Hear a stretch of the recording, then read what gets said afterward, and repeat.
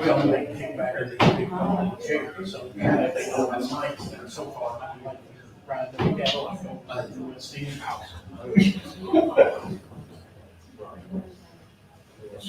Watch it, move the mics down, but then, seriously, like back.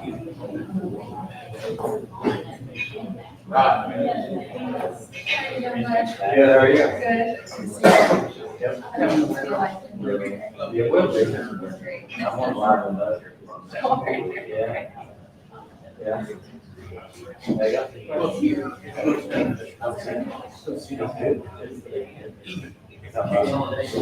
Sign it. What are you doing out here? Hey, look at that. Got a big sign, mate. And it's not. No, they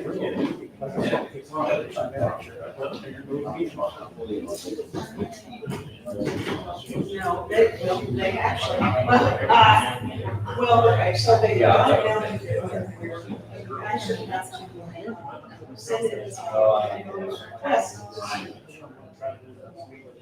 Like, finally say everything. Yeah. Like, talking to people is great. They didn't need. Well, no, they just.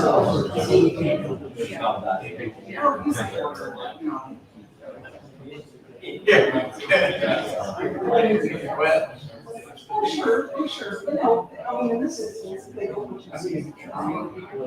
They can go 3 minutes, they don't want you to see. You have to go through 10 hours.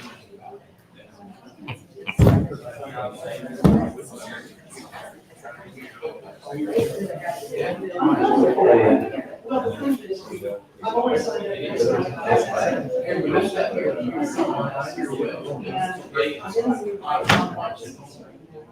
So I really don't think. I can pass, or if you have something else.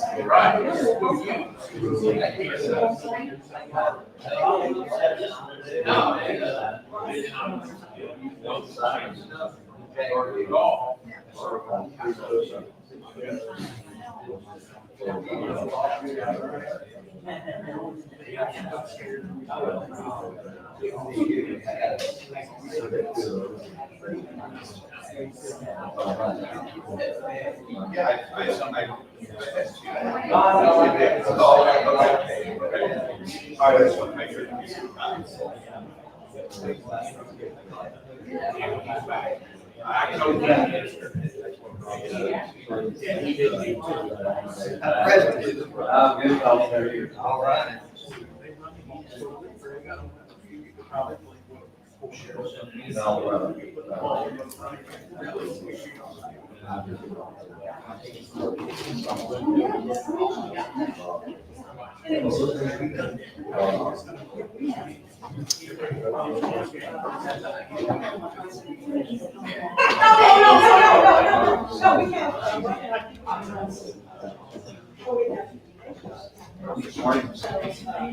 Hello. Kind of. How are you? I'm okay. How are you? How are you?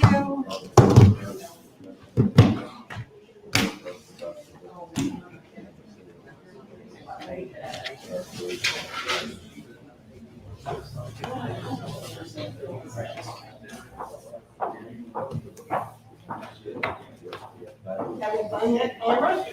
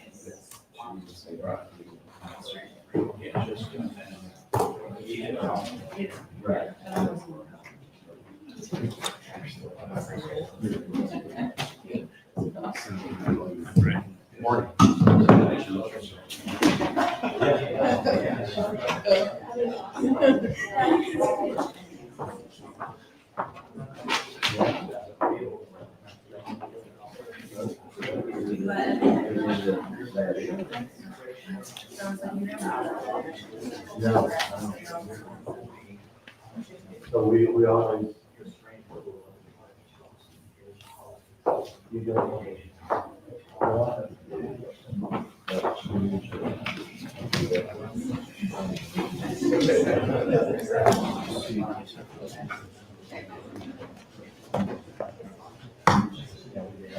Yeah, she's. Bonnie was coming in here. I could feel good. Yeah, that's That's what you think. It's kind of what I wonder. Well, how are you? Did he just jump in the elevator and go out, or?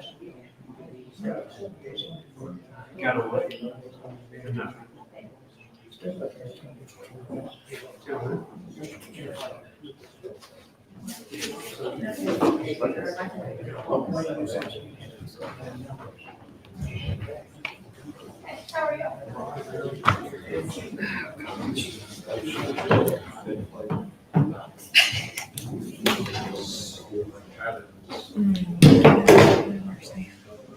Your sweater's.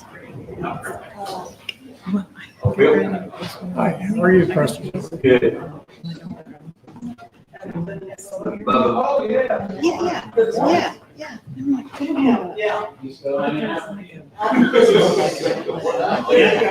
Yeah. No, you asked me. So these. He's just really got. Yeah. He's a tough man. And I was looking, and I was seeing this, and I was like, it's gonna. Yes, oh yeah. It's almost. Yeah, pretty big. Yeah. But Yeah. Okay, thank you. I am. Good.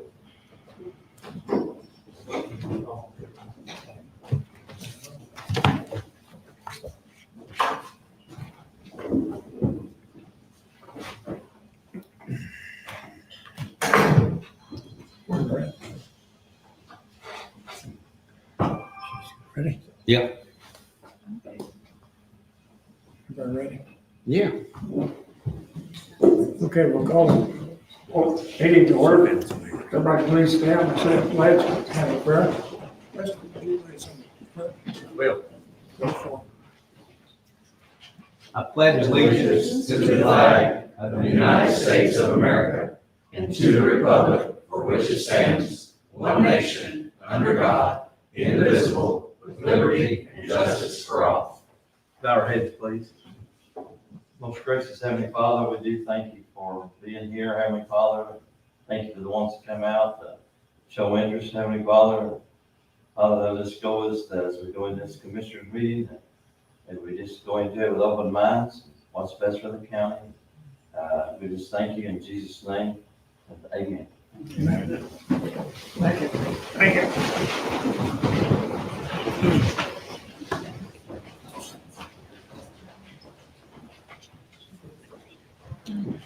Approval of the agenda.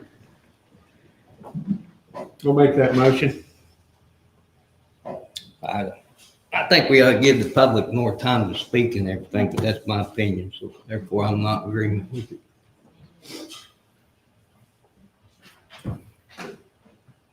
I like the old way back before we made that do rule. with the agenda. I have to agree with it, but you have trouble, but that's okay. I'll second it. What's that have to do All in favor? Right. Aye. Opposed? Hey, Lucy Brennan, She's on here. she's not here. Max Greene.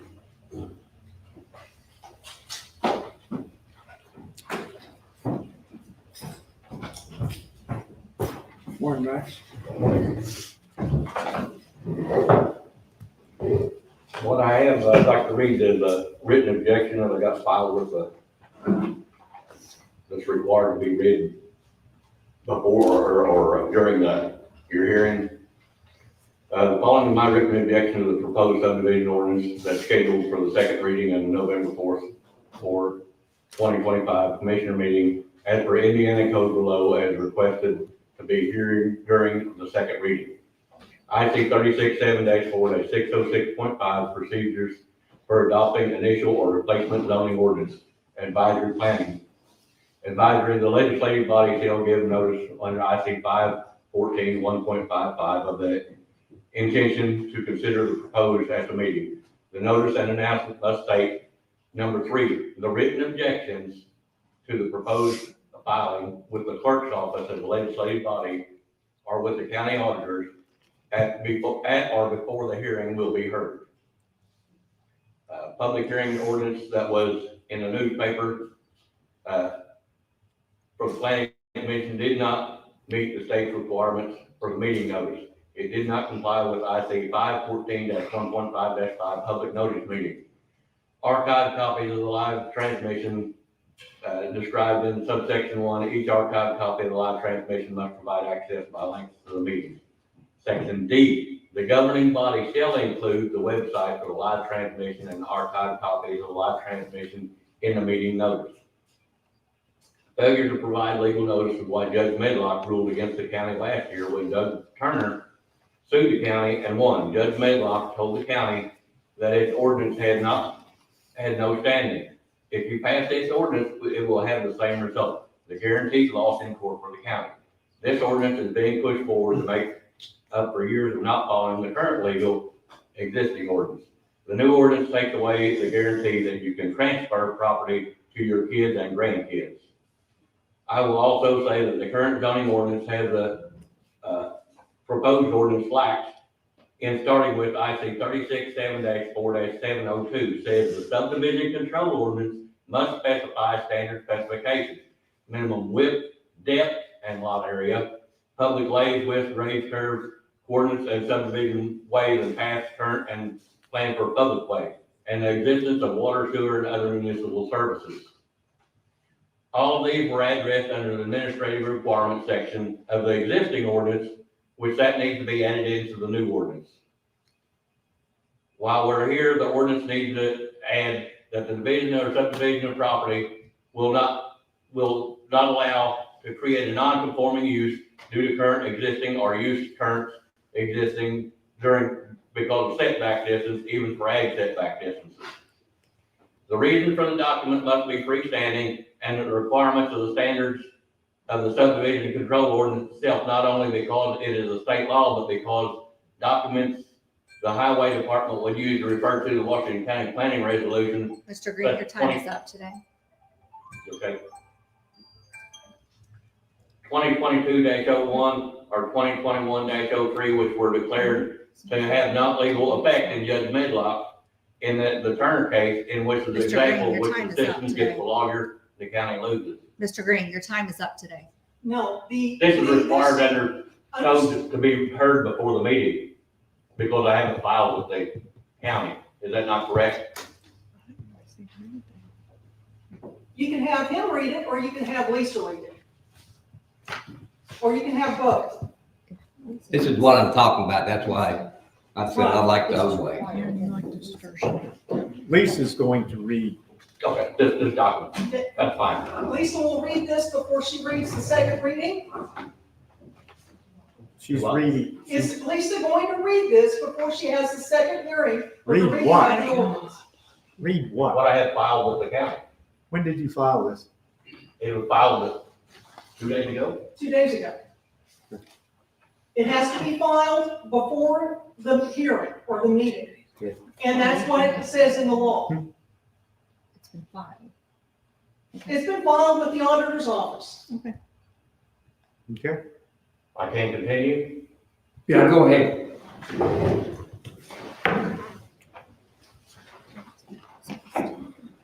Public notice of hearings, meetings, which is I can remember. Okay. Okay, this is the third because 36-7-4-1614 section 4 is about the only way that the county board will lose in court is if they fail to follow all the procedures in accordance with the law. I'm just asking that the board go back and do this legally. The board has had illegal membership over 9 years of the past 15 years it's been in existence due to not owning or residing within the jurisdiction of the board or political party violations. You still have one member of the board who didn't take the oath within 30 days of appointment, making the seat vacated, and not eligible for reappointment due to party affiliation. In 2022 and 2023, 4 of the 5 citizen members did not meet the state code requirements. 36-1-8-10, party affiliation filed no later than the appointee's oath of office is filed with the clerk's office for appointment to be valid. 5-4-1-2-1.2, Section A, must take oath within 30 days, or D, do not comply, office becomes vacated. 36-7-4-208, no more than 3 of the same political party. Greene voted in the Republican primary as determined by 36-1-8-10. This is why the party you participated in the last primary election before January 30, 2023, and became the last 2 primary cycles, which Mark Hartman had been called a Democrat, even though he never had voted Democrat. He did also not own property or reside within the jurisdiction of the board required by IC 36-7-4-216.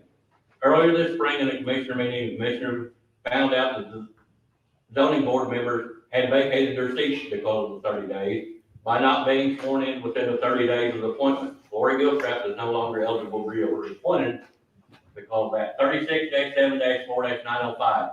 No BZA member can hold an elected position. Todd Ewing, commissioner, and for the lawyer's written confession, Anthony Cyphers had been on the city council the first time it was brought up before. Leslie Batt was on the school board back in 2010. The county knows about this. 36-7-4-218. Staggered term limit. For 4 years, the county cannot account for how long each member of the member has a term limit, with the county appointed new people to finish out the previous term.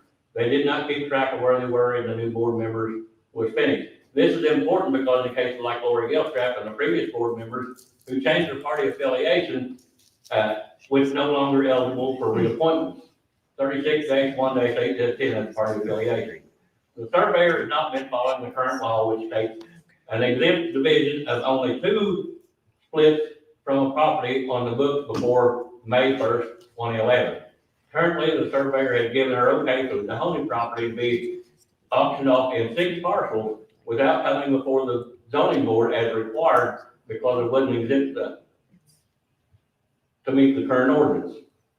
If the surveyor refuses to follow the current ordinance, how can the public expect this time to follow a more restrictive ordinance? Also, the new planning committee has no requirements to own property or even reside within the county of residence, not for holding a legal elected office. Not that the board would follow that anyway, in my opinion. We've been contacted Mr. Barnett on his first warning written about the ordinances outside of the board meetings in Jackson County. We were told he didn't want input from Washington County residents and ordinance on that ordinance, and was told not to call back. Max, can I ask you, has this been filed with the state, what you just read? No, it's been filed with the county. It don't have to be filed with the state. I'm getting miscommunication here. Okay, Okay, you're stating that we're in the wrong. yes. Okay. My question to you is, why is it not filed with the state and nobody from the state has told us that we're in the wrong? So why don't you file it with the state? You have to hire your own lawyer and personally sue the board. We're not going to spend money on a lawyer. We're not going to try to find a lawyer. We've tried talking to the state before. And what have they said? They've said, Hire good a luck lawyer. with that. What? Good luck with that. That you have to file, you have to go ahead and sue the board on your own, with your own money, with your own lawyer. Twice over. Federal on down to the local. Twice over. I have record of it. I've tracked this for 3 years. Well, that's what I'm saying. You keep stating we're in the wrong. Our attorneys will tell us we're doing everything right. And it's back and forth, back and forth. And your accusations is we're in the wrong. And according to our attorneys, we're not in the wrong. My question is, if we're in the wrong, let the state tell us we're in the wrong. And we can comply with the state to what they want. But this back and forth all the time, I don't understand what we're doing here.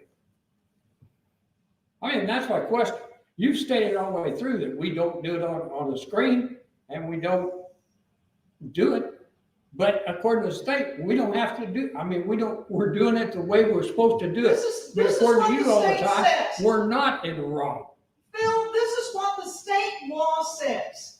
And what we've been told is that it's something that we have to hire a lawyer for. Just like Hoskins, when it was dissolved, the state told you, stop that. The And state, you still didn't, and no, Rakita did, and wrote a letter.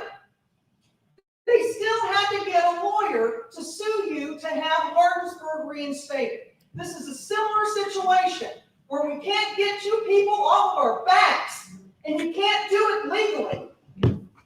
We would have to hire our own lawyer and go ahead and sue you over this. Just like with Todd saying, chirp, chirp. I wish you would sue me. I don't want to sue you. I'm not going to spend my money on that. I'm just going to show you for what you are.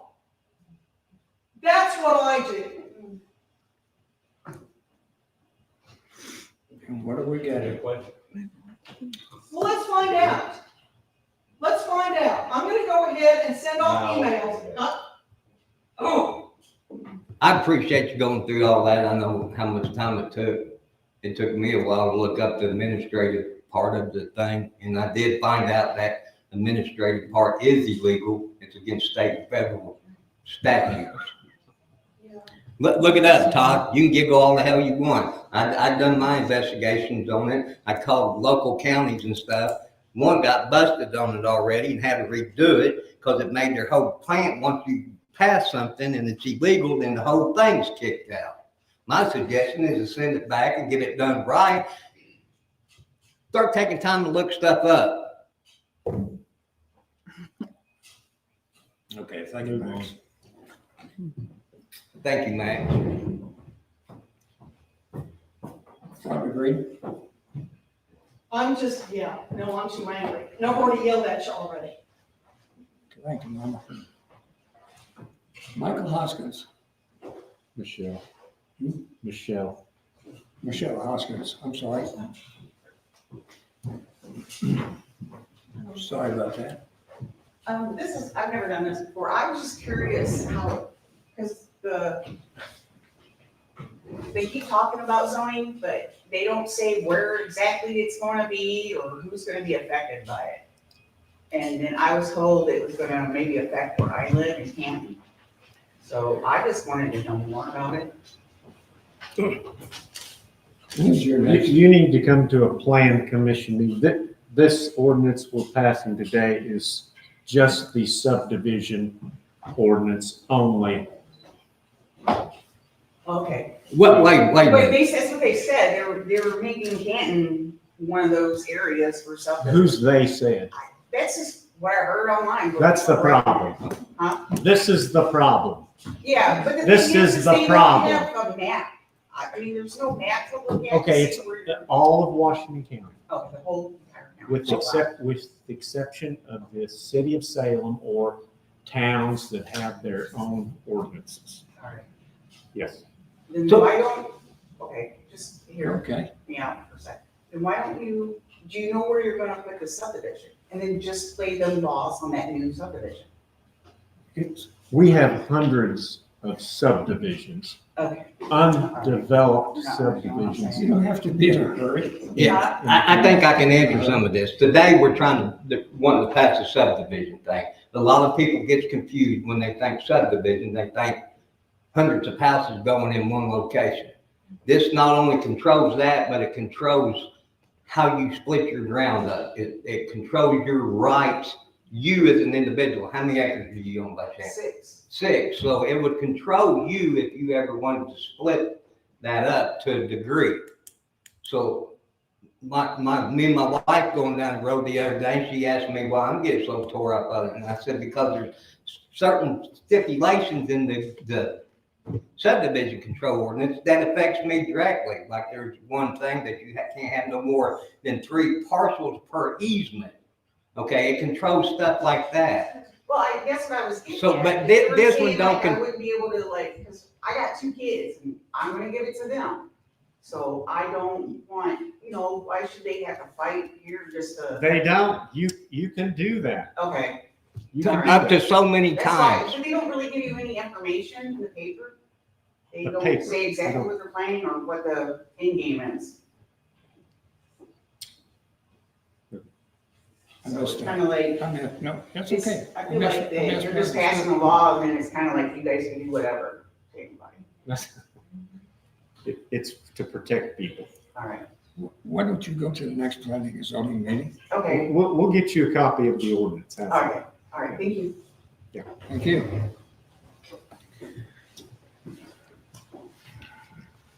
What's next? Approval of minutes from October 21st, 2025. Everybody ready? Make a motion to approve the minutes, October 21st meeting. Second that. Todd's made a motion, Tony second. All in favor, say aye. Aye. Aye. Aye. Motion carried. Approval of claims and payroll. So move. Todd's made a motion, Second. Tony second. All in favor, say aye. Aye. Maggie Ingham.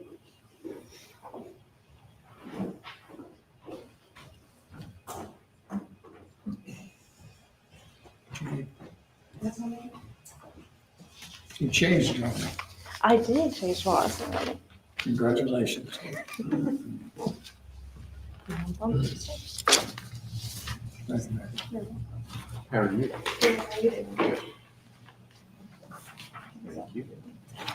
I did not make enough copies for everyone, just for you guys. Okay. You can give one to them.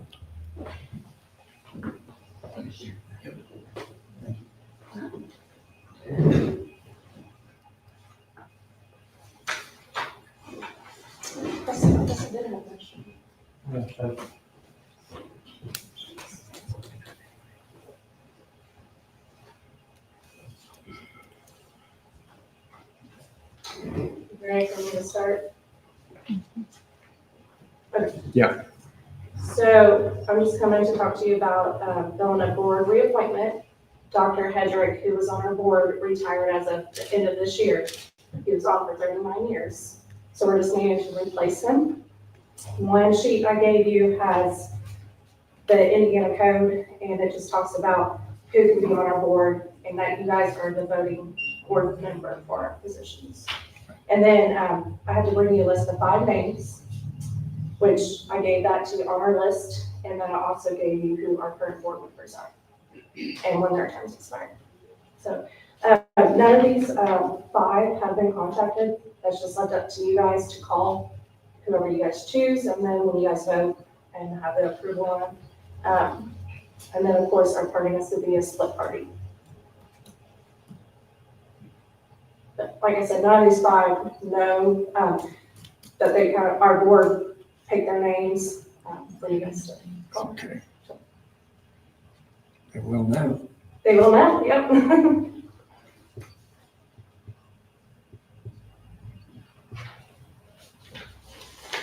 Any questions?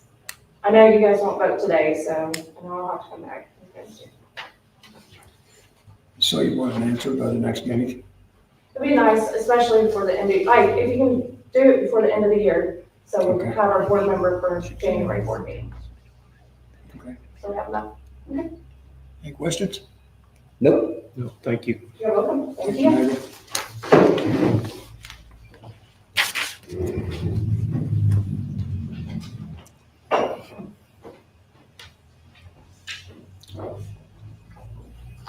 I have the extension office. That's Danielle. How are you?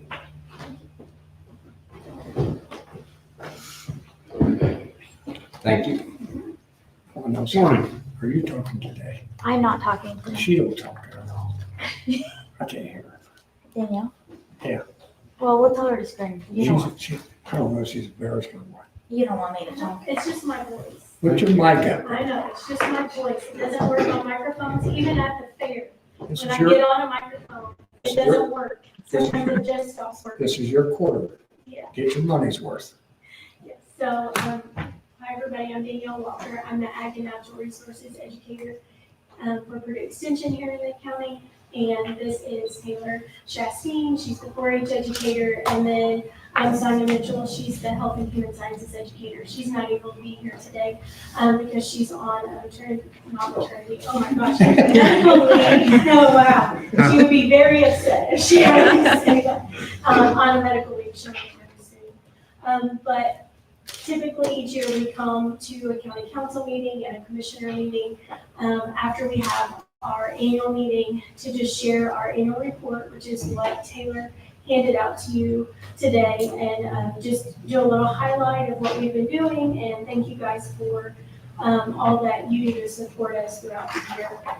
And so Melissa Siebold, our office manager, emailed this to you, but print copies I think are easier sometimes than an email, so we wanted you to have it that way as well.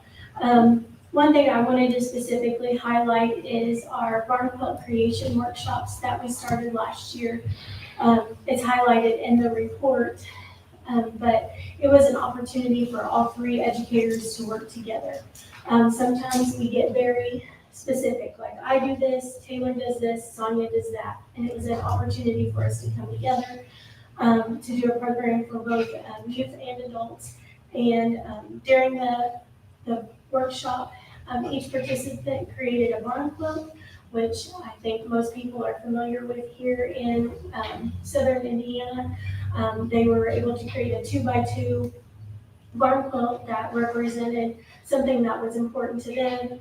Maybe the design, the patriotic design was very popular during our first workshop because of relationships to people who have served, and the cardinal is also very popular because of the thinking about ones that we've lost in our families and our friends. So they were able to do that, pick out specific colors that also represented something important to them. And so how we were able to make this something that all 3 educators could work on was first in ag.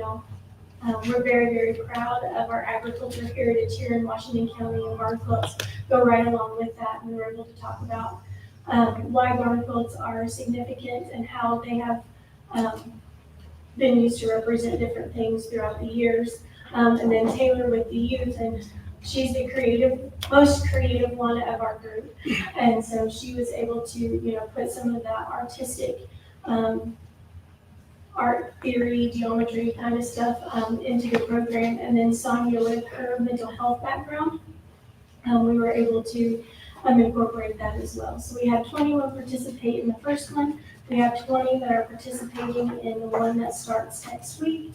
And we will have one more in 2026, at least one more in 26.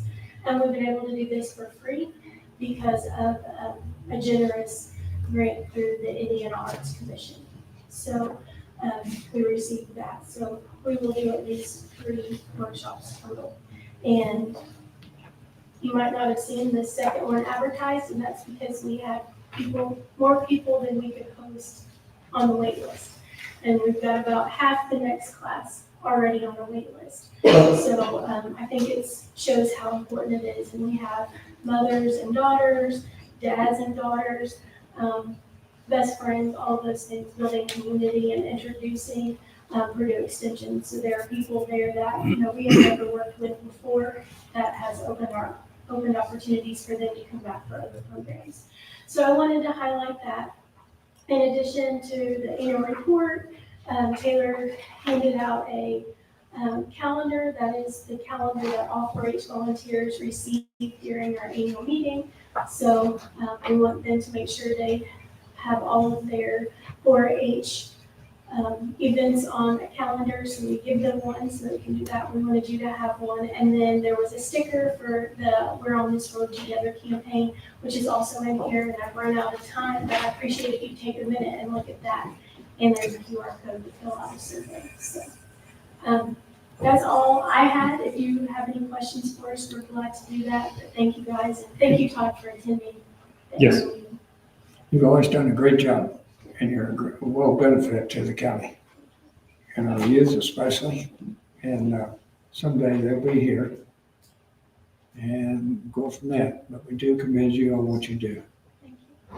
Did you have anything you want to share? No, but we do have cheese balls, our junior lead, I don't even need Mike. Our junior leaders are selling their cheese balls. The last day to order is November the 19th. So give us a call, because I know you guys like to order. Yes, we do. So, Yes, we do. I pre-ordered mine, right? yes, you were the first one on the list, so There you go. there you go. Thank you, guys. Thank you.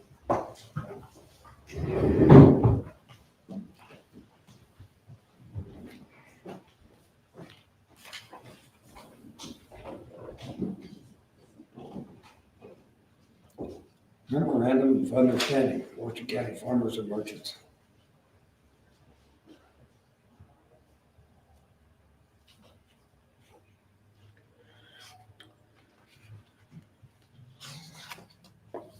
Yeah, that's just simply the revised memorandum of understanding that reflects the elimination of the groundskeeper position. What else has changed in it, Todd? We're assuming the mowing duties. County's assuming the mowing duties, and the Fair Board will oversee the rest of the grounds as they see fit. But in other words, we're not going to try to micromanage what goes on at the fairgrounds, because the Fair Board members are the ones who are there every day, who knows what's going on. They know what the community wants, and we don't have any problem with handing things over to them. And this will actually save us about almost $10,000 a year in expenses. So who's going to be responsible for the upkeep on the buildings and everything? Who's going to take care of that? they will subcontract that out as needed. Mainly volunteer work. A lot of volunteers, hundreds of them in the county that have done that over the years, painting, things like that. Is that not what's been done in the past? No, it has not. It has not. Not to the degree that it needed to be done, because there's always things that need to be done. Well, that's what I've been getting at. So we're giving basically the same agreement back to them and expecting different results. That's what I've been telling you for the last month. You don't want to change nothing or step up and fix some buildings and stuff for them before you turn it over. You're setting them up for failure. No. They are very confident in what they can do and get done, and all of the Fair Board members are 100% in favor of this. And I think I gave you the phone number of the. You did, and I think they should have called me if they had, had the concern instead of me calling them. You told me you were going to call Tom Day. I didn't come out and say I was going to. You give me his number. Yes, you did. Whatever. Yes, you did. I'm just saying, you're going to give them the same agreement and you're going to expect changes. It just makes absolutely no sense I to have all me. the confidence in the world in what they do. I have no problem with that. I ain't hacking on them. That's not what I'm saying. You expect people to volunteer and do this and do that.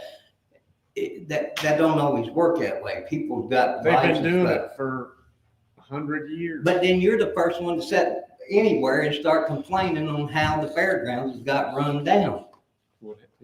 There's always things need fixed.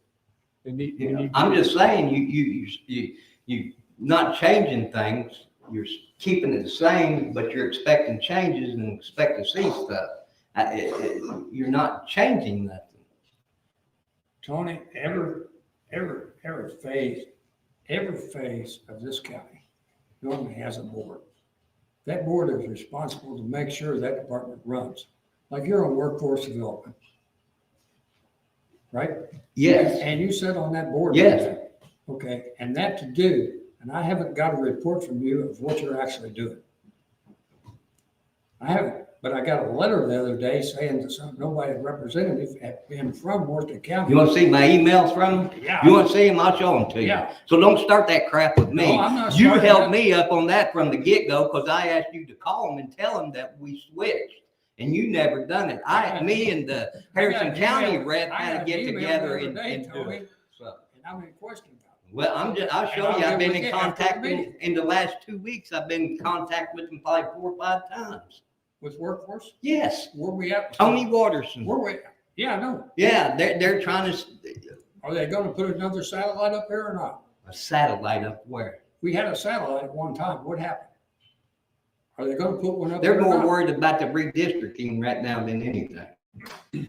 I'll get with you. And yeah, that's what I'm But saying. every board, what I'm saying, every board responds back to the supervision here to make sure things are getting done. And it's our responsibility to see that it get done, and that's what I'm trying to say here.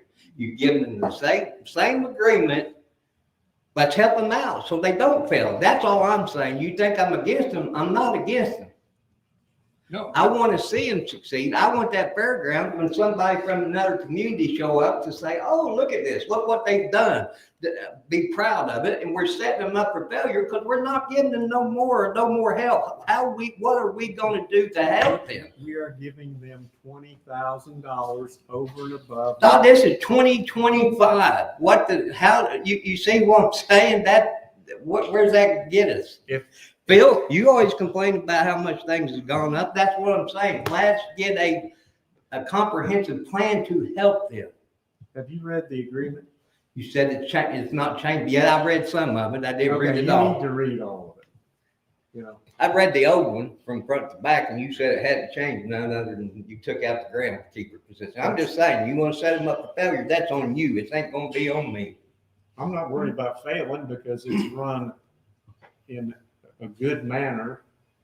Preston, you go up there all the time, you've seen it. Yeah. I mean, I don't, you know, let's make progress. Let's don't go backwards in time. What's your solution? That's what I'm saying. We need to get a solution. That's not the solution to give them the same agreement that they've always had. I just got through telling you, we're giving them an additional $20,000 to do. I can go up there right now and spend about 50 and you wouldn't even tell them. I could go to your house and my house and spend $100,000. I probably don't disagree with you. Well, so you think we have a I'm money tree out here? I'll give you my opinion in private and I'm giving it to you in public. Let's vote on it. Okay, you call for a vote? First of all, I want the public to understand that the current Fair Board members are in agreement with this memorandum of understanding. They are 100% behind it. All the volunteers who work up there are aware of it. This is nothing new. We're trying to maintain the fairgrounds. We're trying to make improvements. We're trying to save money. And we're trying to keep the place up and hopefully do a better job than what we have in the past. There is always room for improvement with everything, and that is the goal. They are an enthusiastic bunch of people. They don't get paid. They're not compensated in any way, shape, or form. They spend countless hours up there throughout the year giving back to their community because it's a good thing. And I have all the confidence in the world in them, and I'd like to make a motion to approve this memorandum of understanding so we can move forward with this. Is that your motion? Yes. I'll second. All in favor, say aye. Aye. Opposed? Yeah. Okay. I want to clarify though, I agree with Todd on everything he said. I just think we needed to give him a little bit better tool and agreement. Well, you come up with the money. You come up with the money. No, I ain't saying that, Todd. Understand? We need to do something different. That's, I said that from the get-go. Okay. Likewise, ordinance establishing fees charged by the Working County ambulance. We want to vote on that day because I'm in agreement with that. Are you? And she said as long as it's unanimous. Vote on that. This is an ordinance from the ambulance services for, to increase fees to be compliant and match the Medicare rates. The last ordinance for EMS fees was in 2013. And the executive director, Tony Floyd, has recommended these fee rates is attached to the ordinance as Exhibit A.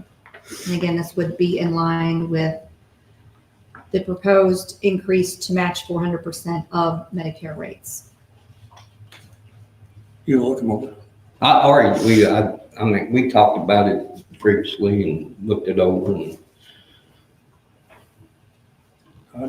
Anything? Yeah, this is a fee adjustment. Obviously, you know, we can take in a little more money to support the ambulance service. I want to remind people that the ambulance service is not self-sustaining. And what I mean by that is it is taxpayer funded over and above what they bring in fees, something to the tune of usually around $350,000 to $400,000 is what the county has, the taxpayers pay to provide an emergency ambulance service. And state statute says that you must either do one of two things.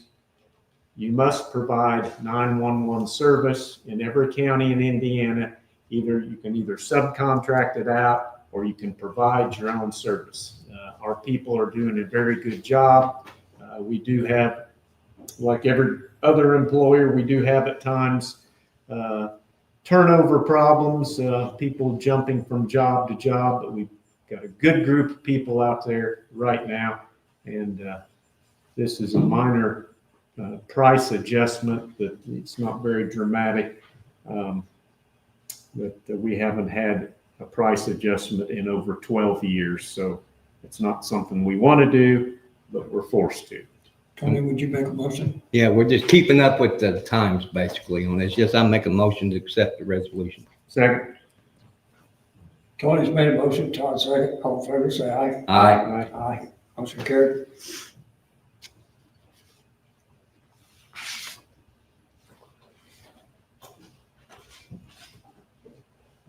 Second reading and decision of subdivision control ordinance. Yeah, you want Lisa. Lisa, how are you?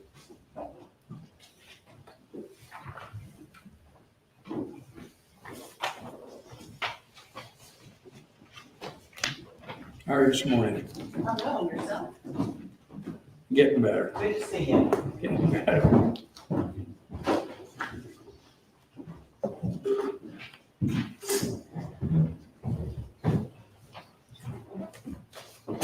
Before I get started on this, I just wanted to offer up a suggestion for your consideration. Mr. Greene has read several issues that are of concern to him, and I would suggest that perhaps we consider drafting responses to each one of those points and read them at the appropriate time for transparency. Many of the topics we've already run down and spent significant effort coming up with our background.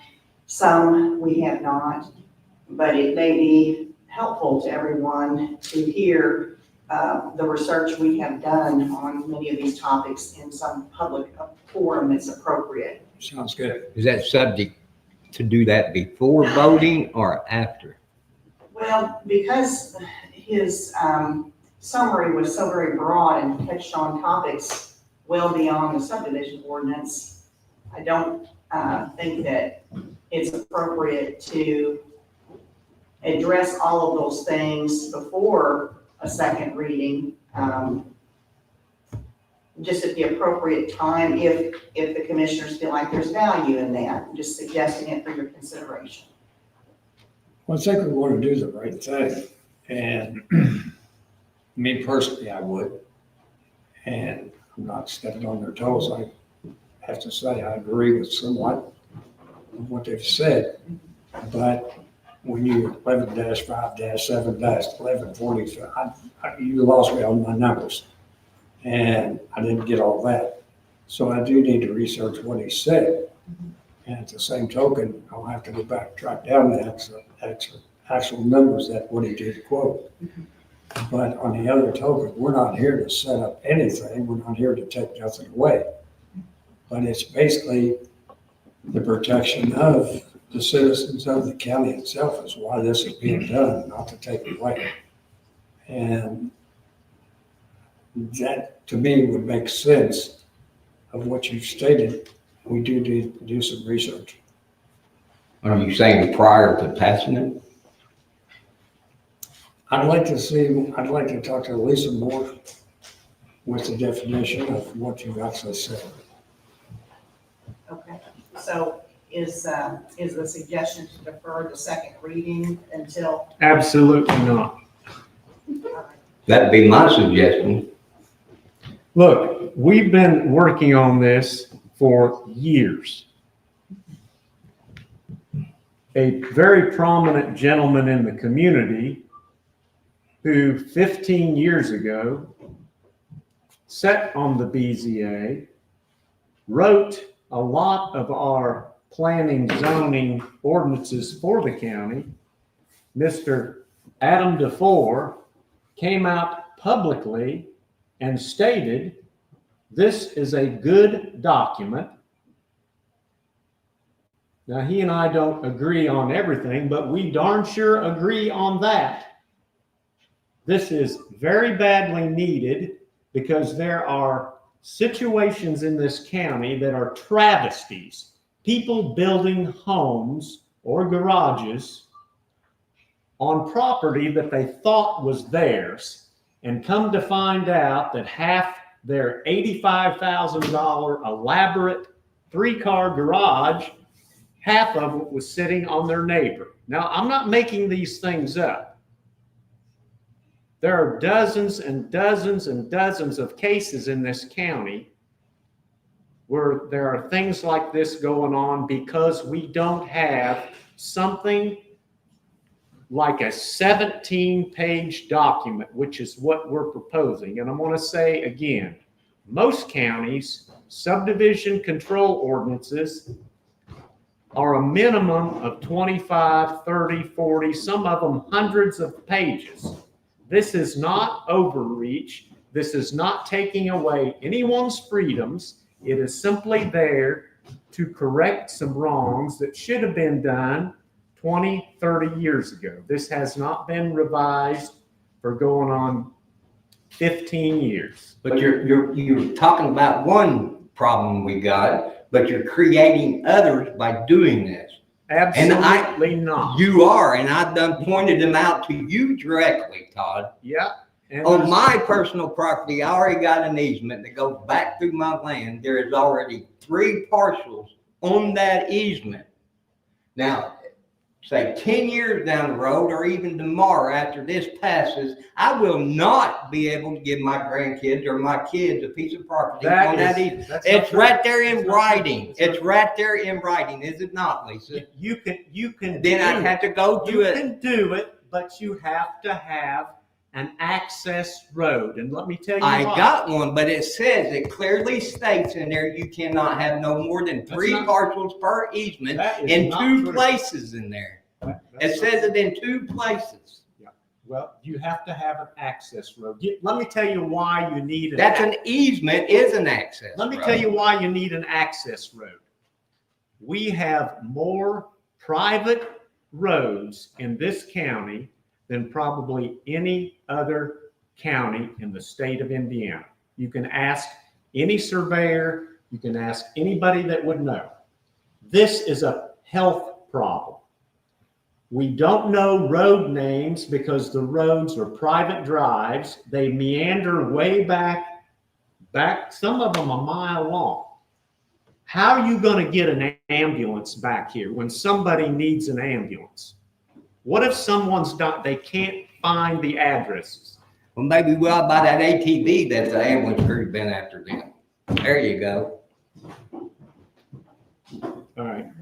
Have a second reading. Okay. All right. So we got an table of contents, looks very similar to what it did during the first read with a few minor formatting type changes. I'll go into subdivision control. Item 1, this ordinance shall establish regulations pertaining to the division of land in Washington County pursuant to the comprehensive plan for the orderly, planned, efficient, and economically developments of the county. Any prior ordinances pertaining to subdivision control with amendments thereto are hereby amended and repealed. Land to be subdivided shall have character that can be used safely for building purposes without danger to health or peril from fire, flood, or other menace. Land shall not be subdivided until adequate infrastructure and services exist or are guaranteed in accordance with this ordinance, and proper provisions have been made for drainage, water, sewage, and public facilities such as parks, recreational facilities, streets, and sidewalks. Private wells and septic systems in lieu of public water and sewer facilities are allowable where approved by the Washington County Health Department pursuant to Indiana Code 13-18-12, 410 Indiana Administrative Code 6-8.3, and Indiana Administrative Code 410-6-10. All wells and septic systems must conform to the state regulations set forth by the Indiana Department of Environmental Management and the Indiana Department of Health. Subdivision of land shall fall within one of 3 classifications of land divisions. When determining which class of subdivision the proposed development falls within, the applicant or agent shall refer to the material that follows in this ordinance before submitting any of the materials required. So we have 3 subdivision classifications: administrative subdivision, minor subdivision, and major subdivision. General provisions. No parcel shall be created upon the adoption of this ordinance without the approval of the Washington County Surveyor. Any division of a parcel of land must be compliant with this ordinance. No proposed parcel shall be advertised as for sale or constructed upon until the Washington County Surveyor has approved the subdivision plat. No parcel or remainder thereof shall be rendered landlocked as a result of the subdivision.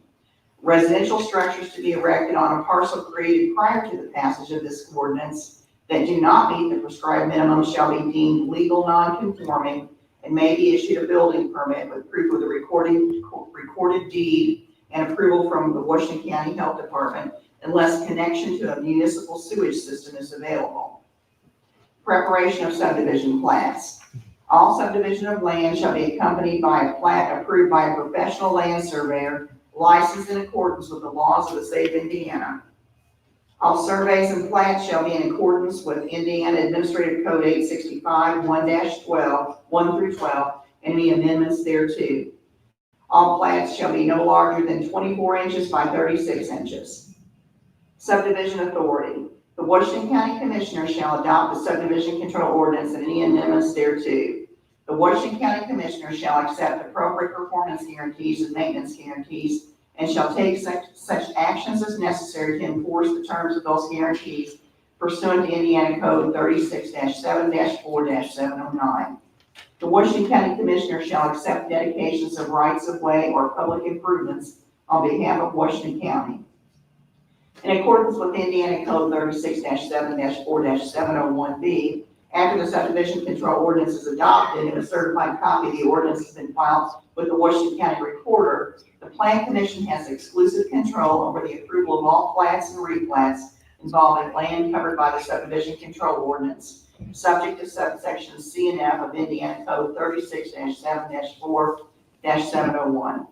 In accordance with Indiana Code 36-7-4-704, the Planning Commission shall adopt a schedule of fees for the review and approval of subdivision plats.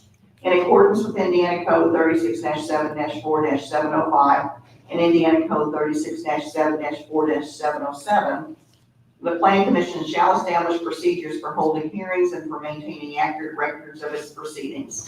In accordance with Indiana Code 36-7-4-701E, the Planning Commission may appoint a platting committee to hold hearings on and approve plats and replats on behalf of the Planning Commission.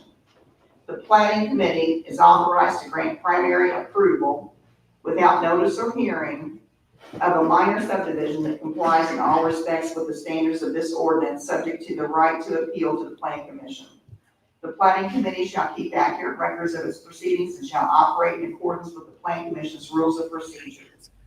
The Planning Commission may appoint a technical review committee at their discretion to assist with the technical review of proposed subdivisions. The technical review committee may take recommendations at the discretion of the Planning Commission. Administrative subdivisions. This section shall provide procedures for subdivisions that include no more than 5 parcels, including the parent tract, changes in existing parcel lines, and proposed utility and access easements. These subdivisions do not substantially affect the comprehensive plan, require new or the extension of public roads or utilities, and are exempt from the approval of the Planning Commission or Planning Committee. Applicability. This section shall apply to the following proposed subdivisions. The division of land into no more than 5 parcels, including the remainder of the parent tract of at least 1 acre. The proposed subdivision shall not include any new streets, public or private. Each parcel shall have a minimum of 50 feet of deeded access to be deemed a residential building tract. Each parcel shall have a minimum width of 150 feet measured at the front building line. Each parcel shall have a minimum depth of 150 feet. Parcels exceeding 10 acres are exempt and are not included in the 5 parcel, including the remainder maximum requirement. Newly created parcels accessed exclusively by easement shall be labeled as non-residential building tracts, and the subject easement shall be labeled as agricultural or recreational access easement. A plot plan prepared by a professional land surveyor, licensed in accordance with the laws of the state of Indiana, shall be included with any subdivision proposal, and the plot plan shall include all features described in items A through E above, and shall comply with the requirements in the International Code Council International Residential Code 2018 R106.2. The subdivision shall not be detrimental to nor endanger the public health, safety, or general welfare. Transfer areas. When a landowner is purchasing property from an adjoining landowner that an existing parcel will encompass, the transfer shall be deemed an administrative subdivision. The subject transfer area shall be labeled as such and hatched. This is to denote the intent of the plat. This parcel shall not be sold or transferred as a residential building tract unless adequate access, acreage, and frontage are provided. Replat. Parcel replats are limited to the following circumstances: the removal or location of an existing parcel line resulting in no more parcels than originally platted, the changing of a notation described on the plat in error, the subdivision of land pursuant to an allocation of land by court decree, the subdivision of land for the acquisition by the public or by a utility for right-of-way or easement, and the division of land into cemetery plots for the burial of corpses. Standards. All proposed administrative subdivisions shall be submitted with a plat and a meets and bounds legal description, prepared and certified by a professional land surveyor licensed in accordance with the laws of the state of Indiana, and in conformance with the survey standards set forth in Indiana Administrative Code 865, sections 1 through 12. Approval and recording. Administrative subdivisions shall be submitted to the Washington County Surveyor for review and approval. The Washington County Recorder shall not accept or read an administrative subdivision unless it carries a stamp and approval of the Washington County Surveyor. Access. All parcels shall have driveway locations that shall provide for adequate site distance and space according to the Washington County Highway Department and or the Indiana Department of Transportation standards. Minor subdivision. This section shall provide procedures for subdivisions that include more than 5, including the parent tract, and no more than 8 parcels. These subdivisions do not substantially affect the comprehensive plan, require new or the extension of public roads or public utilities, and shall be approved by the planning committee. After a subdivision request has been filed, the Washington County Surveyor shall determine whether the petition may be considered as a minor subdivision. The Washington County Surveyor's decision may be appealed to the Planning Commission. Applicability. This section shall apply to the following proposed subdivisions: a division of land into more than 5, including the remainder parent tract, and no more than 8 parcels of at least 1 acre. Each parcel shall have a minimum width of 150 feet measured at the front building line. Each parcel shall have a minimum depth of 150 feet. Parcels exceeding 10 acres are exempt and are not included in the 8 parcel, including the remainder maximum requirement. The subdivision shall not impede the orderly development of land or the provision of public services and improvements. The subdivision shall not interfere with the implementation of the comprehensive plan. The subdivision shall not interfere with the provision of roads to provide access to adjoining or nearby property in the event that such property is developed in the future. All parcels in the subdivision shall have adequate utilities and drainage. A plot plan prepared by a professional land surveyor, licensed in accordance with the laws of the state of Indiana, shall be included with any subdivision proposal, and the plot plan shall include all features described in items A through G above and shall comply with the requirements in IRC 2018 R106.2. The subdivision shall not be detrimental to nor endanger the public health, safety, or general welfare. Access. All proposed parcels shall have adequate ingress and egress without the construction of new streets, public or private, or extension of existing roads. The proposed subdivision shall not include access easements for residential building tracts unless approved by the planning committee.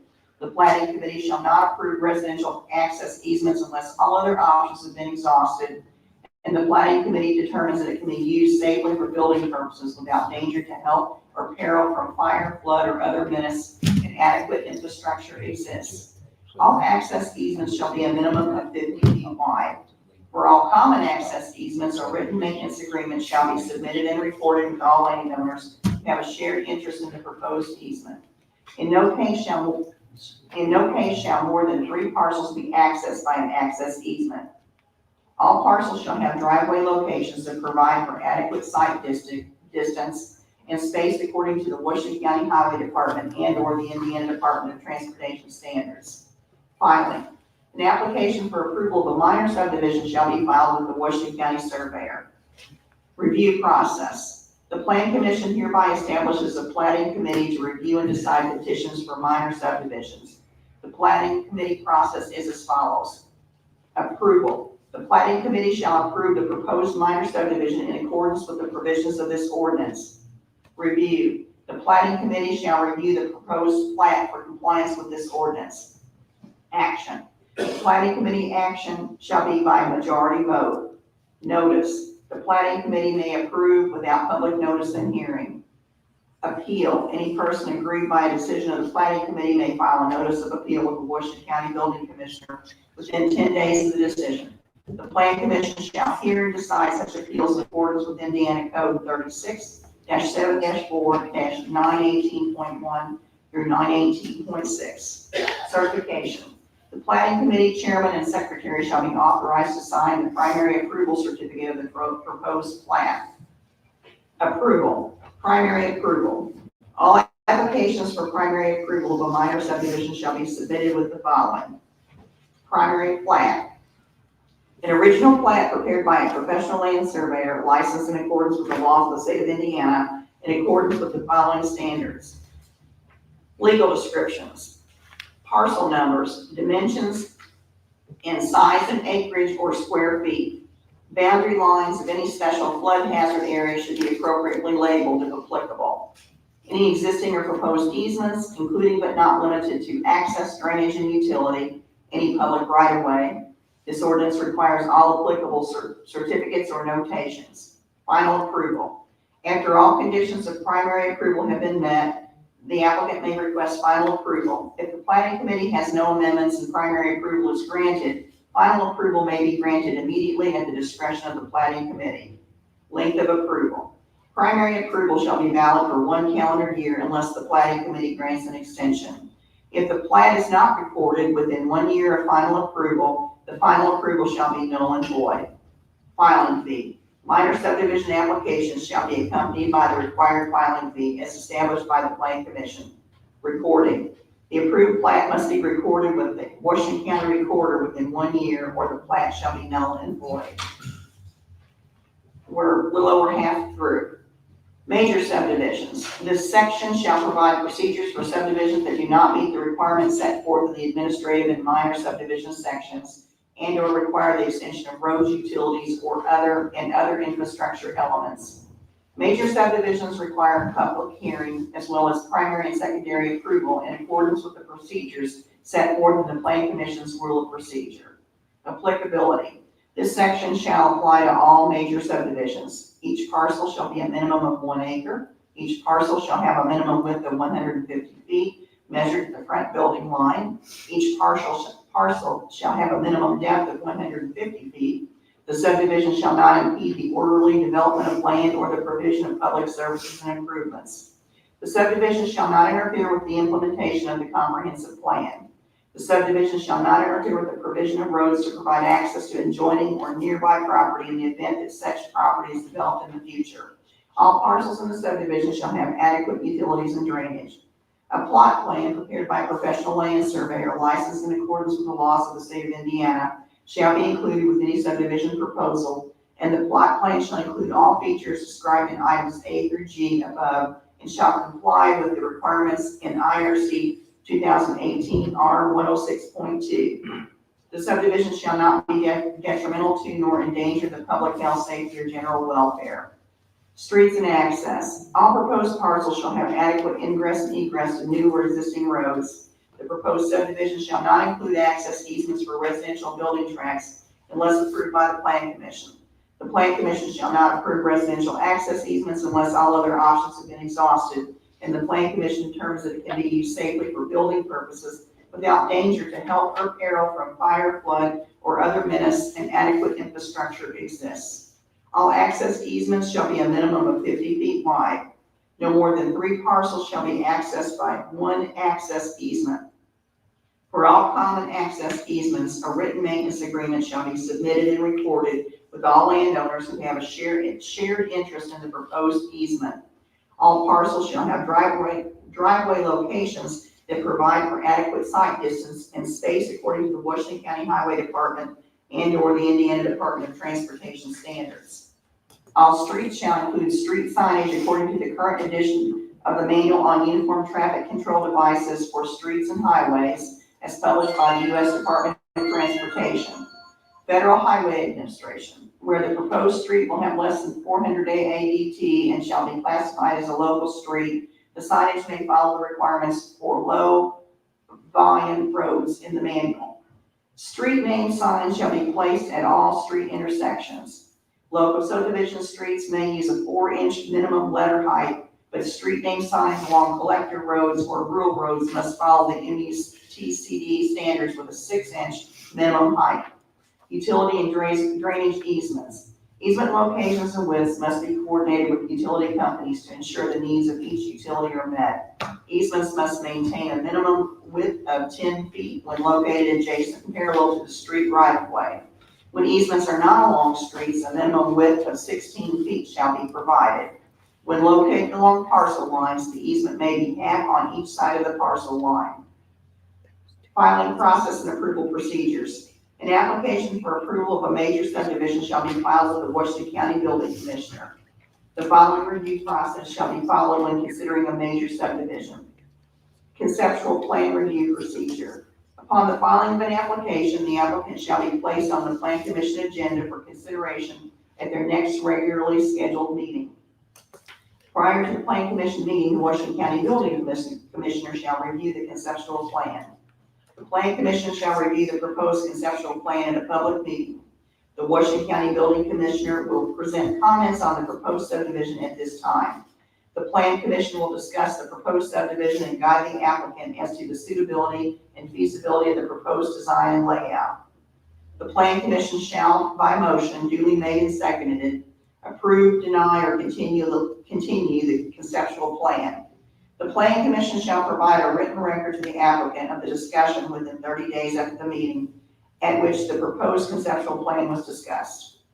Primary approval procedure. After reviewing the written record from the conceptual plan review, the applicant may apply for primary approval with the Washington County Building Commissioner. Upon applying, the applicant shall be placed on the Plan Commission agenda for consideration at their next regularly scheduled meeting. Prior to the Plan Commission meeting, the Washington County Building Commissioner shall review the primary subdivision plat.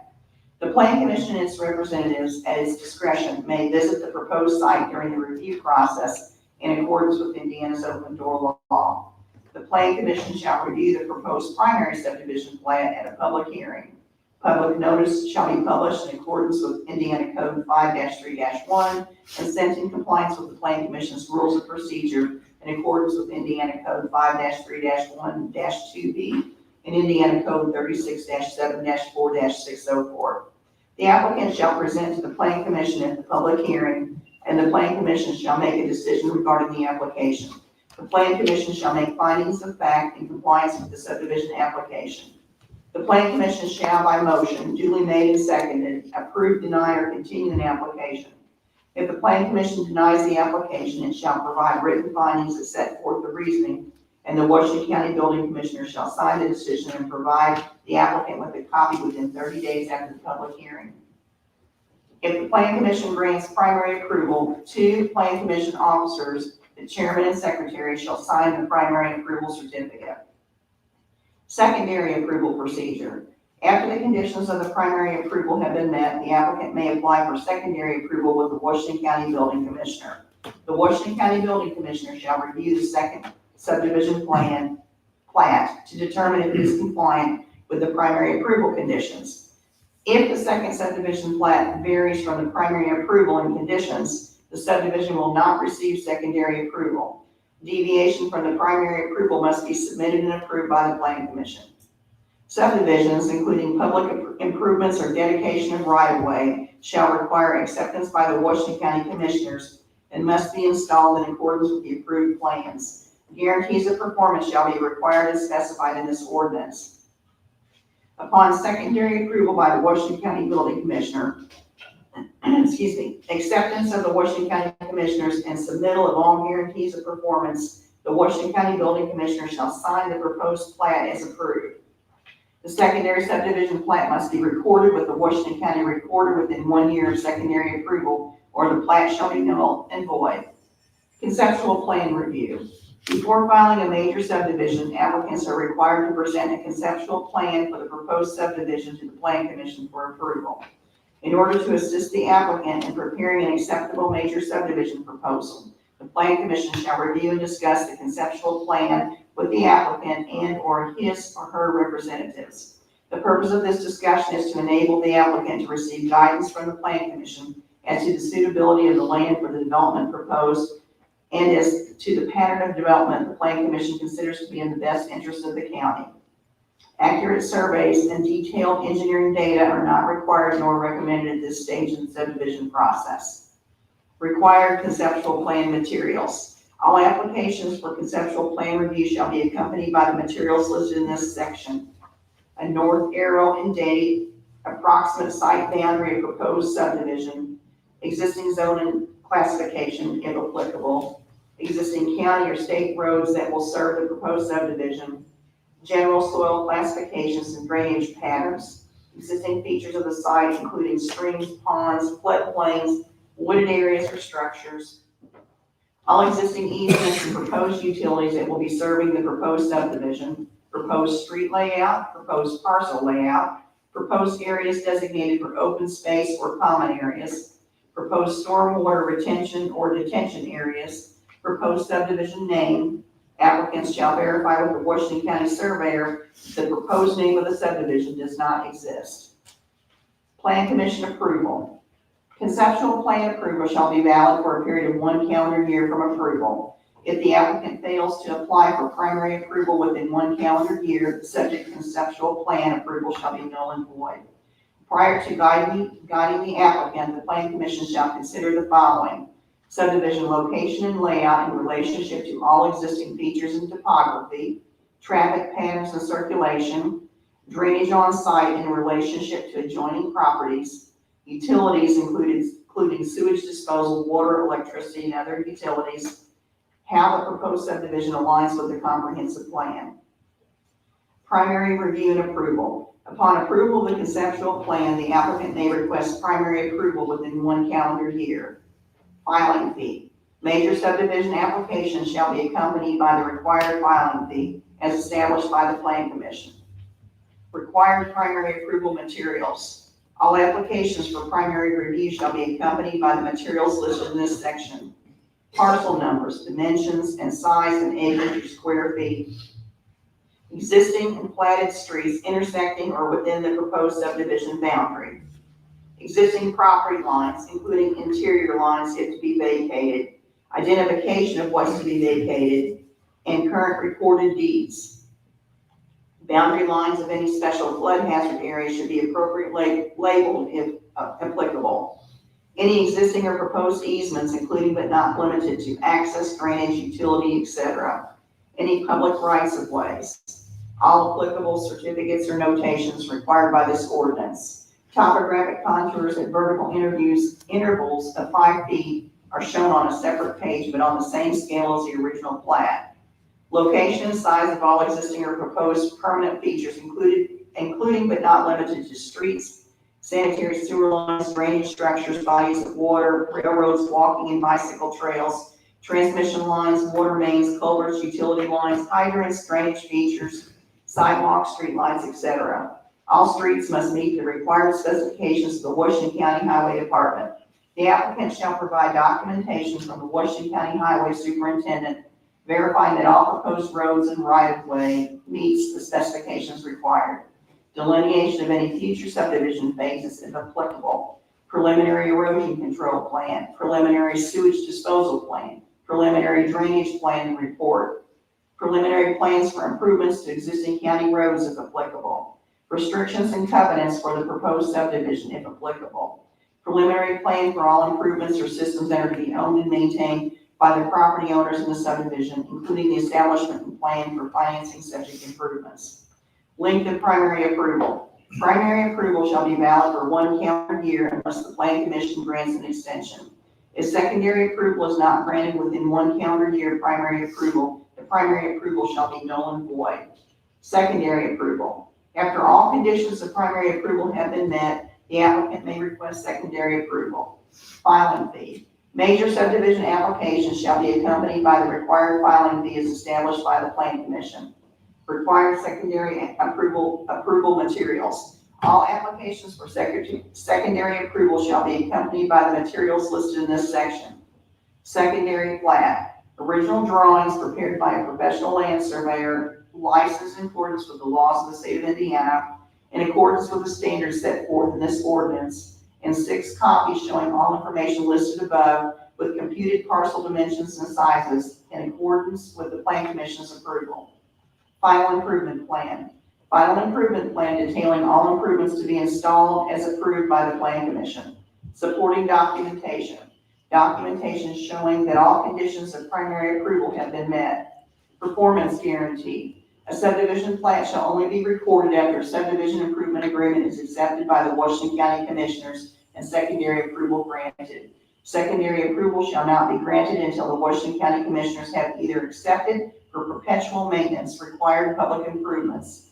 All improvements have been inspected by the Washington County Building Commissioner, Washington County Highway Superintendent, and/or the county's designated agent and are satisfactorily completed in accordance with the approved plans. The applicant has posted financial guarantees in an amount equal to 100% of the cost of improvements. The Washington County Attorney shall direct the applicant to the form and duration of these performance guarantees. If time extensions of completion are granted, the cost estimate shall be reviewed and increased if necessary. Maintenance guarantees. As a condition of the acceptance of completed improvements and release of financial guarantees, the applicant shall post with the Washington County Commissioners a financial guarantee ensuring the maintenance of the improvements in good repair. This financial guarantee shall be in the form of a surety bond equal to a minimum of 25% of the performance guarantee and in effect for a period of 3 calendar years.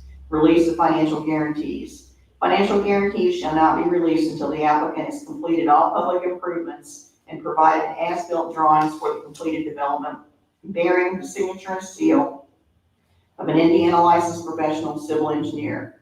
A copy of these signed and sealed drawings shall be submitted to the office of the Washington County Building Commissioner and the Washington County Highway Superintendent. Length of secondary approval. Secondary approval shall be valid for 18 months unless the Plan Commission grants an extension. Recording. The approved plat must be recorded with the Washington County Recorder within 1 calendar year of final approval, or the plat shall be null and void. The last 2 pages are certifications and notations for surveyor certificate, administrative subdivision certificate, primary approval certificate, improvement plan certificate, dedication certificate, and private access easement notation. That completes the second reading. Thank you. You're welcome. Thank you.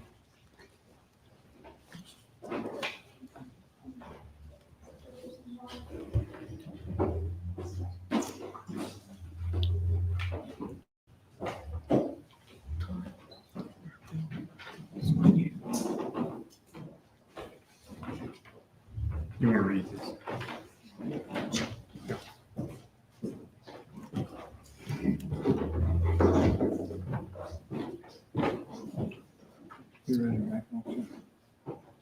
And for the board's approval, the Washington County Commissioners have an ordinance adopting subdivision control ordinance. Whereas the Washington County Plan Commission through Resolution 2025-01 has recommended that the Washington County Commissioners adopt the draft subdivision control ordinance. The draft subdivision control ordinance is intended to regulate the subdivision of land within Washington County, Indiana, in accordance with the comprehensive plan adopted by the Washington County Plan Commission, and to promote the public health, safety, morals, and general welfare of the community. Whereas this ordinance serves as a testament to the collaborative effort between the commissioners and the Plan Commission to endure the orderly development and use of land within Washington County. Now therefore be it ordained and established by Washington County, Indiana by its Board of Commissioners that the Washington County Commissioners hereby accept the recommendation of the Plan Commission and approve and adopt the draft subdivision control ordinance. All ordinances, resolutions, and orders or parts thereof in conflict with the provisions of this ordinance are, to the extent of such conflict, hereby repealed. This ordinance shall be effective immediately upon its adoption.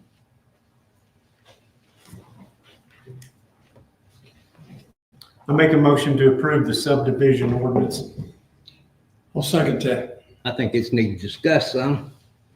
You've been told that it's illegal. I'm sitting here looking at something here. I Googled if I could not be restricted to give my grandkids land, and here's what it come up as. In almost all cases, a local ordinance cannot stop you from giving private property to your grandchildren. The right to transfer private property is a fundamental aspect of state and federal law, and local government have very limited authority to interfere with it. I've done my research. I've actually called neighboring county here, and they run into this problem here a while back, and they had to redo their whole subdivision ordinance and take the administrative part out of it because it restricted family splits. This document does that. I could get on board. Let me finish. I could get on.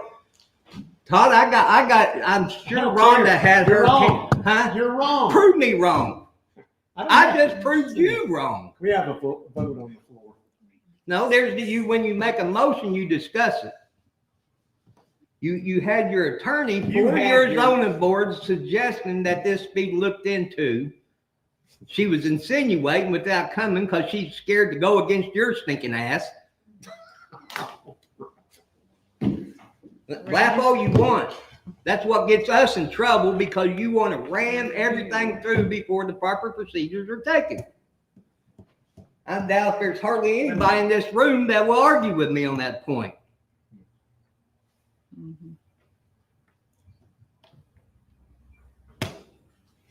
It needs to be tabled. It needs to go back to the zoning board, and these laws need checked out. They've already been checked out. Has every one of them been checked out, Lisa? You admitted up here that some of them have, but some of them haven't. No, I did not admit that. I have checked all of them and did make changes at different versions of the drafts. So yes, I have checked them out. Every one of them. What's in the current draft? Yeah. So what you said right here, in no case shall more than 3 parcels be accessed by an access easement. So if I want to split my ground off and give it to my grandkids and I already got 3 parcels back there, you're telling me I can't. That contradicts your state and federal statutes at that point. You don't understand. No, I think you don't understand.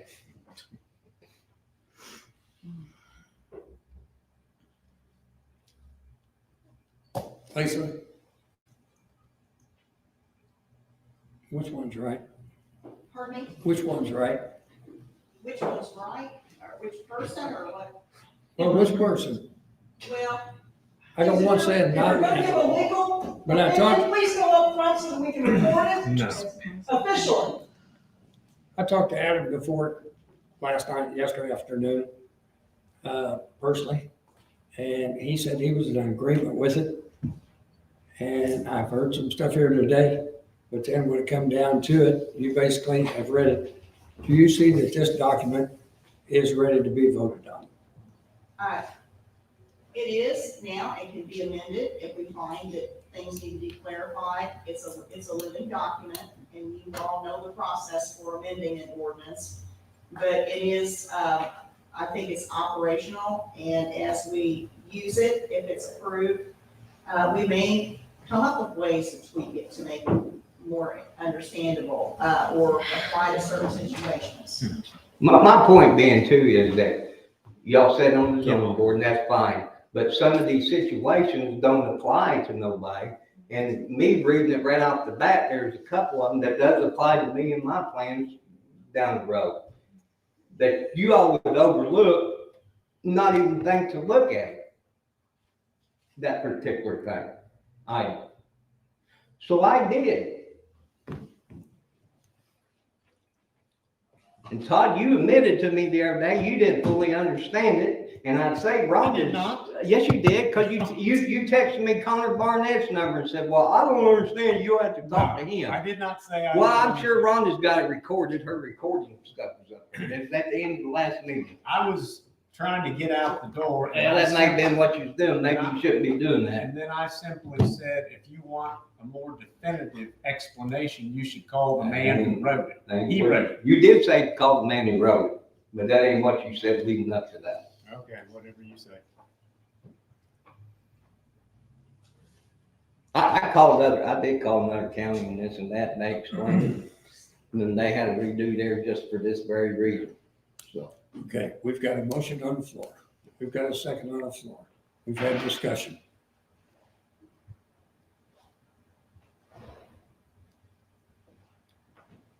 I'm gonna call for a vote. All in favor, say aye. Aye. Aye. Motion to oppose? Aye. Ayes have it. Thank you.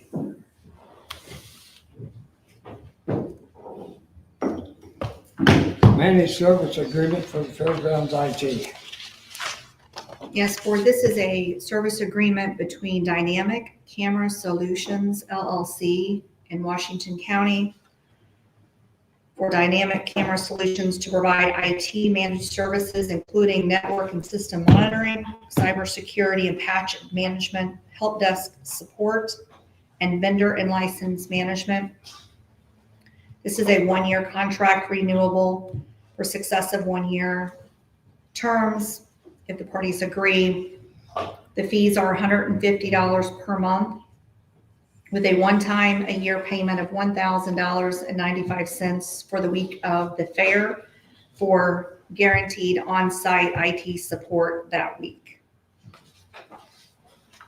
What does that include?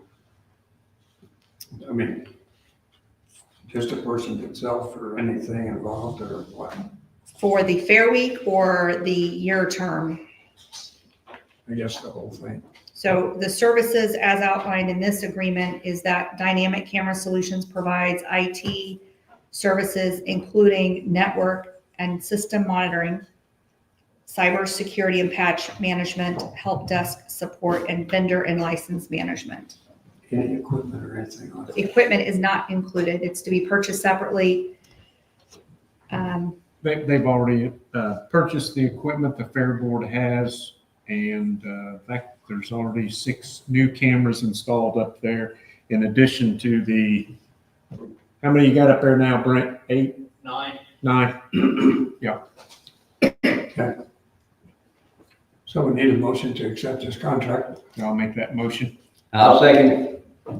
Tony second. All in favor, say aye. Aye. Thank you. Yep.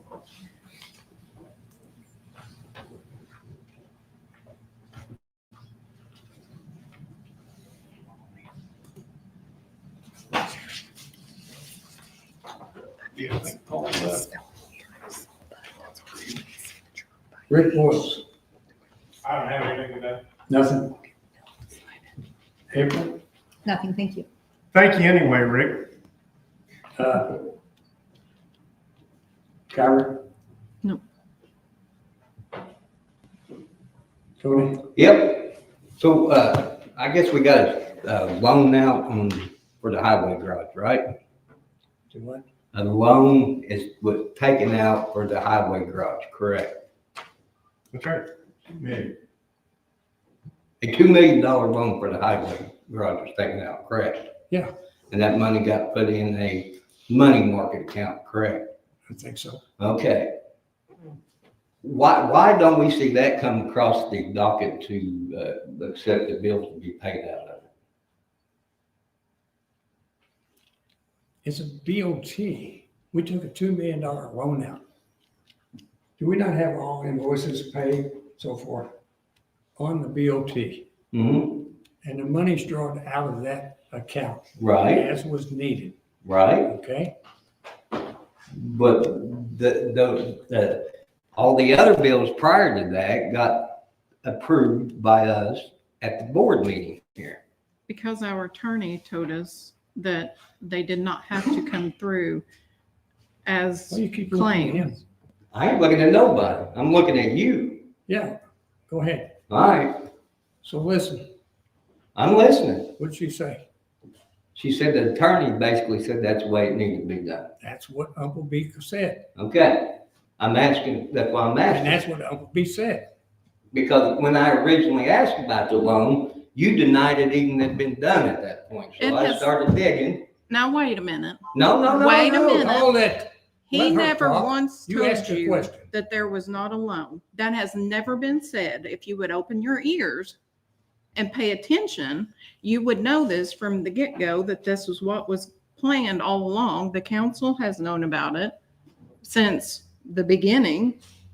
And So I'm asking- apparently you don't know what you're talking about, because the loan has been talked about since day one. My question is, why is not all three commissioners get to see the invoices coming through for that and then getting approved like regularly gets done, like any other bill that comes to the county? It's $2 million. All right, well, That's the amount. yeah, and I've done the math on it, so I need some explaining done here. I spent several days digging up and everything, so as of the end of September, or let me see, September 30th, estimate 7, 8, 9, and 10 had got pulled out of that account. Does that sound right? What's been pulled out? Out of the $2 million loan, there's been 4 bills as of the end of December or September that was paid out of that account, correct? Okay, so what's your point? So I added it all up, it comes to $1,120,000. That should leave approximately $880,000 in that account, correct? Correct me if I'm wrong. I mean, That's what you said. I don't remember right now what it has been. what's Okay. your point? Well, so I mean, I've done all the math trying to figure out, and this is what I'm asking. So after you add enter stuff and all that, the account comes up to $268,975.92 that cannot be accounted for with the invoices that I have received. So if there's something missing, send it forward to me. That's all this secret crap. That's what I'm Okay. getting at. First of all, there's no secrets. The State Board of Accounts has audited this. No, they This have makes not the audited this, second because this year. is 2025. Yes, they have. I have given them information this year. I am in contact with a lady at the State Board of Accounts who I send this stuff to. It is being audited, and I hate to say it, but, well, no, not really, but they're a lot smarter than you. Well, I know how to do math. Yeah, well, I'd question that. What are you saying? And there I ain't is, saying nothing, I'm just there- asking. the That's what bills I'm are asking. all Where's the rest of downstairs. the invoices that come out of there? It's public, should be public info, and I ask for something and I don't receive a tenth of what I asked for. all of the invoices are downstairs, and you have asked for them, and you do have them all. Okay, then if I got So them don't all, sit then here that's and what act I'm like saying, you're there's a $265,975.92. I don't know where it went to, explain it to me. I'm not the don't one wanna hear signing, about I'm it. not the one approving the bills. I don't remember what bills are left. In fact, I can't even tell you right now. I mean, I ain't saying nothing, I just, I did it got go them to a all. utility payment, did it go here, did it go where, I'm asking. I don't know, no, I mean, like to get them transferred or moved or whatever, that's what I'm asking, I don't know. Mhm.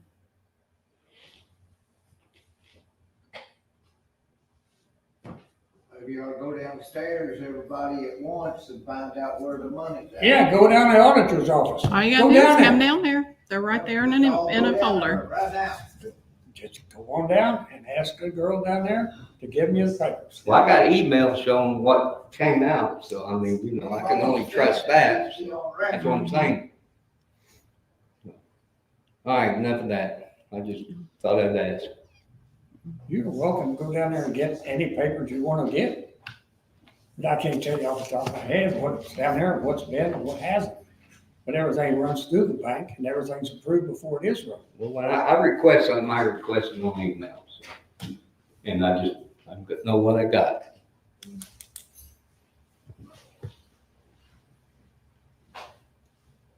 Preston, anything? Well, I had some questions for Paul Ector, but he left on the building. His dad's sick. His dad's pretty sick. Oh, He said he might have to leave. okay, And he waited around as long as he could. He had to leave. okay, So we can ask him after he gets back or whatever you want. okay. Phil like leaves that, he might be able to answer what you need to know. We would know. Well, on the truck bins, Yeah, now we're 6 bays short. It started at 30, we got 24.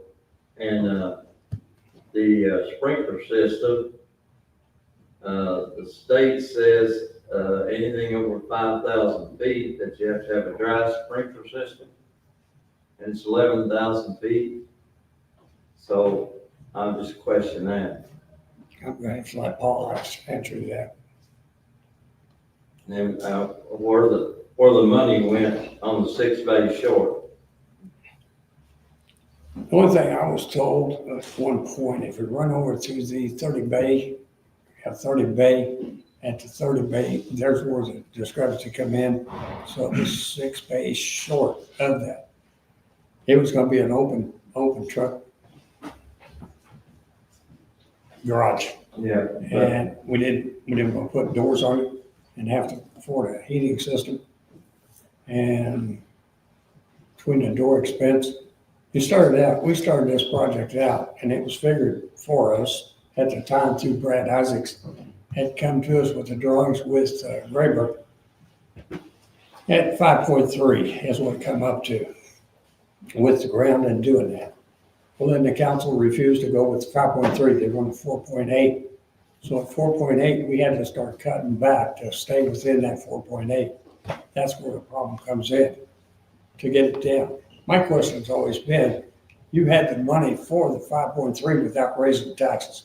You're sitting out here with the highway department that's a dilapidated shot. I had a company out of Jeffersonville come up and give me an estimate on the building itself and what the value was. They laughed at me and told me we didn't even have nothing to do. The second thing, my problem is, when you look at the, and not no reflection on Walmart, I appreciate them coming. But my next problem is getting the trucks out of Anson Street with the traffic flow of Walmart is what it's cost. Getting in there and out of there without being a health and safety issue. Yeah. And the property, while we come up, and I never dealt with a BOT. And I've got pros and cons about a BOT. But it did look like when we done the jail, we done the justice building, and we had the horror construction matter, to me, it looks like we overspent, and there's a lot of waste in doing that. And it made sense to go with the BOT to save some money to stay within the guidelines. But then on the same token, we waited 1.5 years of getting started on this building before we was even ready. At the same token, we was lucky to hang on to the price itself of what we had. But my problem is now, getting this thing completed at the 4.8 is gonna be a challenge. But my understanding is that the agri-bins was the reduction from 5.2 down to 4.8. So where is the other 6 units? And where's that money by not building? Preston, you have attended meeting after meeting where we've discussed this. Dave Umpleby was here back in the spring, and there's going to be a property swap to. For the agri-bins. That's exactly right. Okay, now what about our 6 bays that's not there? That's what Where's I'm, that money? that's what I'm talking about. $400,000, $400,000. You asked question after question sitting right over there where Bubba was back 6 months ago about this. This is all. Oh, but the agri-bins, the 6 bays was not discussed. That wasn't. Rick, how many aggregate bins are going in out there? I think the confusion is you're talking bays of aggregate bins and he's talking bays of lean-to building. I think. Right. Yeah. Lean-to building. The lean-to, the long truck shed. Yeah. I think he's calling those bays and you're calling bays of aggregate bins. I think Yeah, that. the Are you talking about the truck? Are you talking about the truck Yeah, shed? the 6 were short. Where's that money at that for building those, not building those? Like Phil said, you'll have to ask Paul Eckert about that. It had something to do with the state fire marshal, and I have no idea. Okay, to get proper clarification, so I don't say the wrong thing, we need Paul in here. Okay. That's my question. And I'm not, I mean, anytime I can have him meet Paul out there and get with him. See, that was an issue in the Do you council have meeting Paul's yesterday. number? Yeah, I do. Okay, well, Okay, no, I won't call him today. no, his dad's, No. well, if he wants to answer, he'll answer, but That was an issue in the council meeting yesterday, because information don't get transferred on down. And I got asked by Bubba over there several questions, and I had no answer for him. Because people get put out of the loop on things. This is the government. This is not a dictatorship or not. This is the government. And everybody involved needs to know for transparency purposes. And then you can clear up stuff that gets confused like this. Like you accused me not going to the meetings. They did not tell me when the last meeting was, and I emailed them and asked them on that Southern Indiana work. They had since then sent me the schedule for that, just so you know. Because I have attended every meeting that I know about, other than the one on the 4th of July week of the ambulance crew. Okay. Since I've been commissioner, I do my job, so don't ever accuse me of not. where we at over windows? Windows, he is in the process of, had Anderson come in here. You was here that day and I went to get Tell you. me that. Well, you was here the other day and they already come in and looked it out. They're working up a proposal, or not necessarily a proposal, but whatever it's gonna take. So in the beginning stages, you already know about that. So be on notice on that, Bubba, and the council members, that's coming up. A new window project. And you want me to tell you what else I've been working on? Go ahead. All right, the radon problem at the government center. They are coming today to do the test. You got by commercial standard, you got to get commercial tests done. It's just not simply a home test. So they're supposed to be there probably any time now to get that going. That'll be completed on Thursday. It's a 2-day test. There you go, thank you. I would like to say one thing. I just would like everybody to keep, Debbie Schreiber was the first deputy auditor in our office, and she passed away last week. And just like for everybody to keep her family in their prayers and thoughts. Thank you. Fred, I don't have anything. Bubba? I'm good. That being said, I'm gonna call for adjournment. I make that motion to adjourn. second. All in favor? Aye. Aye. Motion carried.